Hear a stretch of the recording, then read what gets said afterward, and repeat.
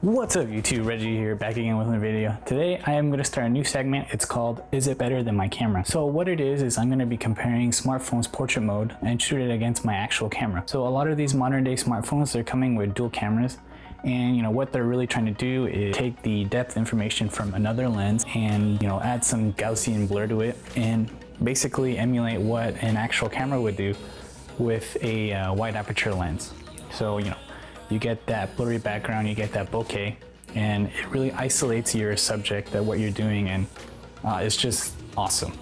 So I'm gonna have my iPhone 8 Plus against my Sony a7 Mark II, and the lens I have on this is a 50mm f1.8, so basically a standard wide portrait lens. I'm gonna be shooting wide open with it, so fully open aperture, no holds barred, just mega bokeh.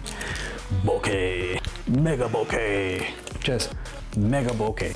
Okay, so I really just want to see how they do and see how far the computational photography has come. So let's go ahead and see how the shots came out. Let's go.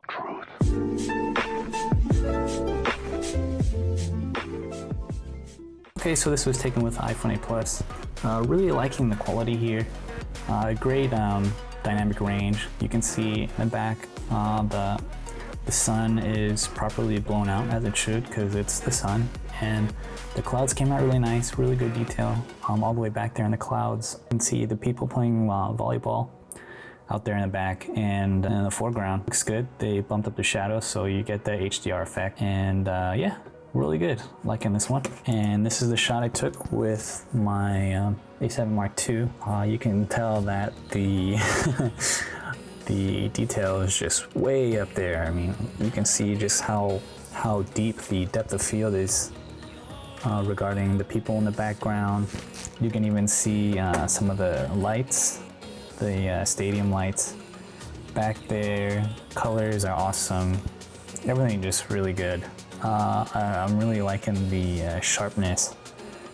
I mean, you can see like every leaf and these trees in the back here. Boosted the shadows up a little bit, so we get HDR effect here. Just really awesome detail. I love the shot. Okay, so now you can see them here side by side. The iPhone did pretty good. I think I had to scale the picture up just to get the framing right, but the quality and stuff, obviously is not as sharp the deeper you go into the picture, because you don't have the option of changing your aperture and really narrowing in and getting those eagle eyes in on your camera and being able to focus really deep. Not too bad though. I mean, I really like how the clouds came out. They came out pretty decent. So with this picture, I like it a lot. It looks like that the portrait mode did a good job of computing the depth of the background, and that might be attributed really just to how far the background is. So it has an easy time of finding out which areas to add that Gaussian blur, since it's already probably inherently blurry just from the telephoto lens. So it looks pretty crisp, especially you can see around her like head and hair. Looks really good. So this is with the a7 Mark II, and you can just see the quality and the bokeh in the background. You can see the little bokeh balls in the back, and everything is just so buttery smooth. I mean, wow, just look at the background. I mean, it's gone, and it just looks awesome. I really like the shot. Good shot. I could have exposed better on the a7 Mark II, so I could have bumped up the shadows a little more.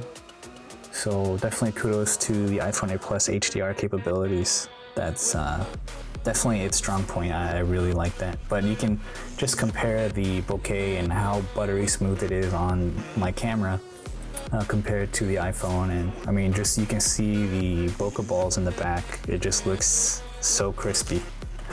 So another shot of my wife here, and kind of the same thing. Good shot, looks good. And again, the same thing. I would say that the bokeh is just extremely smooth. And here they are together. So you can see we were in the park and had a little photo shoot. It was just a really good time to shoot during golden hour. Awesome light, perfect light. You can see, I just noticed this, You can see that between her arms, it didn't catch the depth information, so the background between her arms isn't blurred out, which I didn't notice it at first, but that is, ugh, I don't like that.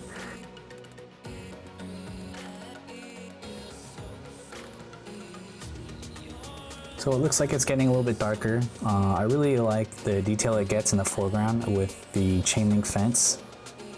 Cool shot. Since it's a little bit darker, it looks like they had to bump up the ISO a little bit. But overall, great shot. And the shot with the A7 Mark II, just awesome colors, excellent detail. I mean, you can see like every strand in her hair. The background is just buttery smooth, bokeh balls all over the place. It's just great picture. Okay, so here they are side by side, and of course, it seems like we have the same recurring theme. I'm gonna have to attribute the quality of the picture for the iPhone due to the light at the time, I guess. It was a good time to take a picture, perfect lighting, but it might have been too low for a smartphone camera.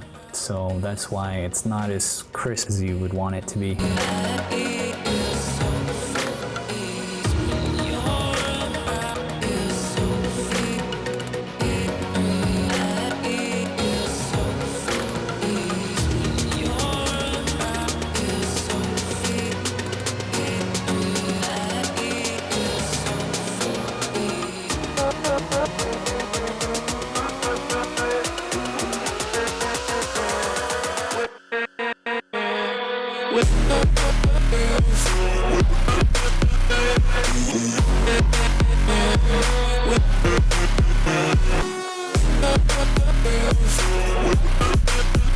Just to close, my final thoughts on this is that the portrait mode on the iPhone 8 Plus is really good. I think it renders the background very well. There are some quirks. Sometimes it'll clip something around the head or the face. As I mentioned earlier, the limitation of the portrait modes is going to be how well your telephoto lens performs. So I'm going to wrap it up here. Let me know what you guys think, and if you like this segment.